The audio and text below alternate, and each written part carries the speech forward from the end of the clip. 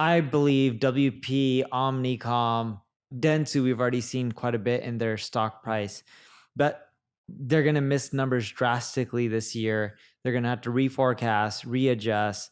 It's going to be a painful market. So we're going to talk about business trends for 2023. What you got, Neil? And by the way, if you're watching on YouTube, you should subscribe on YouTube because we're back on freaking video after 3 or 4 years. What are you talking about? We've been doing videos all the time. Live. I mean, live. We're live in LA. But not live for them. We're live for now. The big trend that I'm seeing is businesses are cutting back on everything. The Fed announced that they're going to do 2 more rate hikes, or it looks like they'll do 2 more rate hikes till the end of 2023. I don't know if you saw CNBC publish an article on how a lot of publicly traded CFOs email the Fed saying, stop the rate hikes. That's not going to happen. It looks like there's going to be 2 more raises. Most likely they're going to be 0.25% increase in rate hikes. So it's looking like 0.5% more. And yeah, they're trying to cut back on inflation. And I think that's going to send this economy in a tougher spot. And we're going to continually feel the pain. And I think businesses are going to continually cut back. Yeah. Here's what I'll say. What's the interest rate at now? 5.5? 5 to 5.25, I believe. Okay. Yeah. So they've said it, they need to see, so Chairman Powell, who is the leader of the Fed, he's basically said that they need to see some softening in the labor markets. And here's the thing, I don't know about you, Neil, like even though a lot of people are taking a defensive stance right now on their business, there are a lot of people that are hiring too. So there are, in tech at least, and that's the majority of my network, I'm seeing majority of the businesses lay off, not hire, in tech at least. Actually, I don't know if you saw the unemployment numbers recently, but there has been a slight softening. So we're going to see more of that. So all that to say is this will affect, I think WP released, or Group M released numbers recently. The Group M's they're part of WP, I believe, so a large advertising holding company. They say that advertising is, even though it's like growing slightly, it still isn't quite, it's like chugging along. It isn't growing like it was before.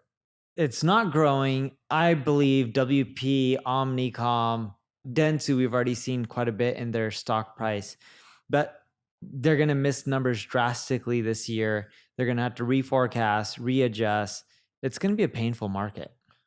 So the question is, how are people, that's like overall macro trend, how are people preparing? So we've talked about how people are taking a defensive posture right now. People are also preparing by using a lot of AI, which is also another trend right now. Deflationary, by the way. AI is deflationary. Yeah, they're thinking about what can we use in AI to automate everything to save money, and that goes along with cutting staff, being more efficient, increasing profitability as well. So I don't know. I think if you talked about this on the podcast, but what I'm seeing with AI, so one of my friends mentioned that he was paying a content agency $15,000 a month or whatever it was, and he cut the agency, and now he's only paying an AI tool $50 a month. Now I think he's over exaggerating a little bit, but the premise is there, right? Even if you need some labor to help out, maybe it cuts it down to $5,000, including using some of the tools, but that's still a massive savings. And I'm sure you're seeing this too, but internally for us, when we compare our AI enhanced articles, so we're taking from this podcast or other podcasts, we're enhancing it with AI. So it's mostly written by AI, but it's enhanced by human beings and there's links and stuff added in. It's outperforming the human writers, where it takes the human writers, it might take them like 5 times longer and it might cost 3 to 4 times more. We've decreased our cost significantly. So we're going to see a lot more of that, not even just with content creation, which is par for the course with marketing. We're going to see it across the board. Like even my controller right now is trying to figure out how, because he's, oh man, I'm going to be put out of business soon. I'm going to be out of a job if I don't figure this stuff out. And that's the way you got to look at this stuff. Yeah, but for me, those are the big 2 trends that I'm seeing, in which in marketing, people are cutting back on spend and people are using AI to figure out how to be more efficient. The other big thing that I'm seeing this year is companies are really bullish on podcasting. And it's because it's a channel that a lot of businesses don't have yet. If you look at the number of podcasts that are out there, it's under 10 million podcasts globally. But yet the number of blogs out there are 1 billion plus. There's a lot of businesses with blogs. There's not a lot of businesses with podcasts. a lot of businesses don't know what podcasting will do for them from a revenue standpoint. Some may use it for an advertising standpoint, but nonetheless, it fits in with the omni-channel approach in which you want to be on Facebook and Instagram and TikTok and Google and Bing, and the list goes on and on. But a lot of businesses this year, we're seeing add podcasting into the mix.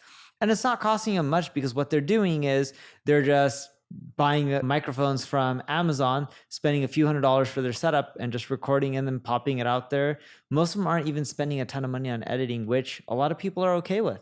Have you seen Magellan AI? I have not. We're going to talk about this in a upcoming episode shortly, but it's a podcast analytics product. And it showed for this podcast, my friend gave me access yesterday. It shows all the advertisers that have ran ads on our podcast before and each month. And then also it'll give a sense for what other podcasts are related. It's a really good tool, and I'll talk about it later. But my point of bringing Magellan up in the first place is, to your point, there is a huge spike, and podcast advertising spending is continuing to go up, especially in business services, especially in software technology, and even for cars as well. And so we're going to see that continue to increase. And by the way, that's why we're grateful to have DreamHost as a sponsor, Microsoft as a sponsor, and Shopify as a sponsor. So that's it for today. Yeah. That's it. Make sure you rate, review this podcast. 5 stars. Appreciate you guys listening. 5 stars only. Goodbye.